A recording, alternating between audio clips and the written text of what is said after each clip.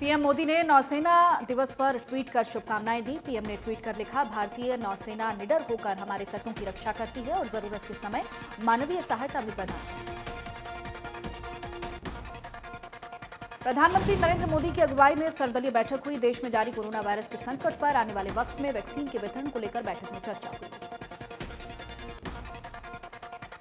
बैठक में पीएम मोदी ने कहा कि कोरोना वैक्सीन को लेकर दुनिया की नजरें भारत पर हैं। वैक्सीन पर कंपनियों की तैयारियां पूरी हैं। कुछ हफ्तों में कोरोना की वैक्सीन आएगी।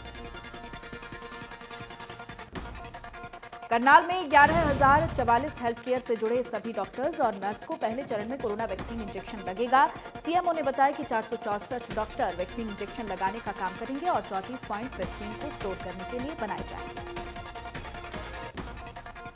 पहले चरण में करीब 2,50,000 हेल्थ वर्कर्स को वैक्सीन लगाने की योजना है। दूसरे चरण में जो कर्मचारी और अधिकारी सामने आकर काम करते हैं उन्हें लिया जाएगा। पुलिस, सिविल वर्कर फोर्स के कर्मचारियों की संख्या प्रदेश में करीब 4,50,000 है। भारतीय रिजर्व बैंक ने इस साल की अंतिम पॉलिसी का ऐलान कर दिया है। मुख्य ब्याज दरों में कोई बदलाव नहीं हुआ है। आरबीआई गवर्नर शक्तिकांत दास का कहना है कि कोरोना संकट से अब देश की अर्थव्यवस्था उबर चुकी है। अगली तिमाही में देश की जीडीपी ग्रोथ नेगेटिव से पॉजिटिव में लौटने की उम्मीद है। सिंधु बॉर्डर पर 9 दिन से किसानों का आंदोलन जारी है। किसान टीकरी, गाजीपुर और चिल्ला बॉर्डर पर भी डटे हुए हैं। किसानों के समर्थन में तकरीबन 150 घुड़सवार निहंग अपने खास प्रशिक्षित घोड़ों के साथ सिंधु बॉर्डर पर पहुंचकर मोर्चा संभाला।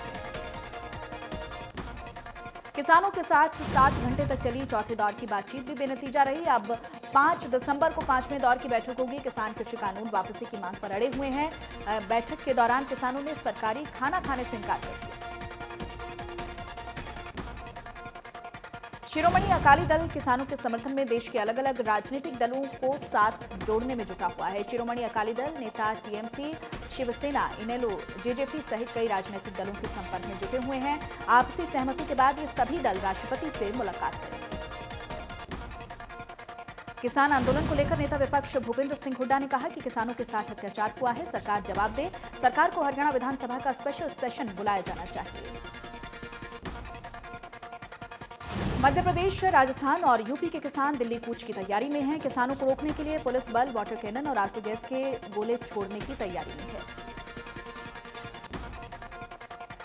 किसानों के दिल्ली कूच को लेकर फरीदाबाद पुलिस अलर्ट हो गई है। सीकरी बॉर्डर पर बड़े बड़े बैरिकेडिंग लगाए गए हैं। सीमेंट के अवरोधक लगाकर हाईवे को बंद करने की पूरी तैयारी पुलिस ने कर ली है।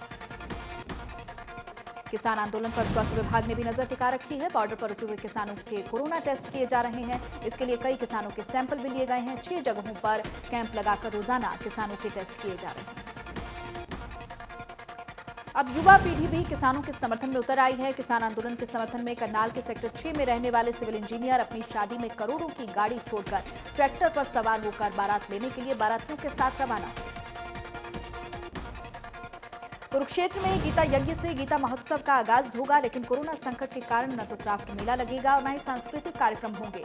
दर्शक ऑनलाइन गीता महोत्सव को देख सकेंगे। इस बार गीता महोत्सव 17 दिसंबर से 25 दिसंबर तक चलना है। गोहाना और आसपास के इलाकों में कोहरे की चादर बिछी हुई नजर आई। घने कोहरे की वजह से लोगों को दिक्कतों का सामना करना पड़ा। कोहरे और ठंड के कारण तापमान में लगातार कमी आ रही है। किसानों के लिए धुंध गिरना गेहूं की फसल की उपज में ज्यादा फायदेमंद है। कैथल में धुंध का कहर देखने को मिला। हिसार चंडीगढ़ हाईवे पर गांव कटवाड़ के पास खड़े ट्रॉले और प्राइवेट बस में टक्कर हो गई। हादसे में 16 लोग गंभीर रूप से घायल, ड्राइवर की हालत गंभीर। फरीदाबाद के जेसी बोस वाईएमसीए यूनिवर्सिटी को ऊर्जा संरक्षण गतिविधियों को बढ़ावा देने के लिए राज्य स्तरीय ऊर्जा संरक्षण पुरस्कारों में प्रथम पुरस्कार से सम्मानित किया जाएगा। कैबिनेट मंत्री रणजीत सिंह वीडियो कॉन्फ्रेंसिंग के जरिए समारोह से जुड़े। साउथ के सुपरस्टार रजनीकांत ने अपनी राजनीतिक पार्टी के सस्पेंस से पर्दा उठा दिया है। इस साल 31 दिसंबर को रजनीकांत अपनी राजनीतिक पार्टी का ऐलान करेंगे।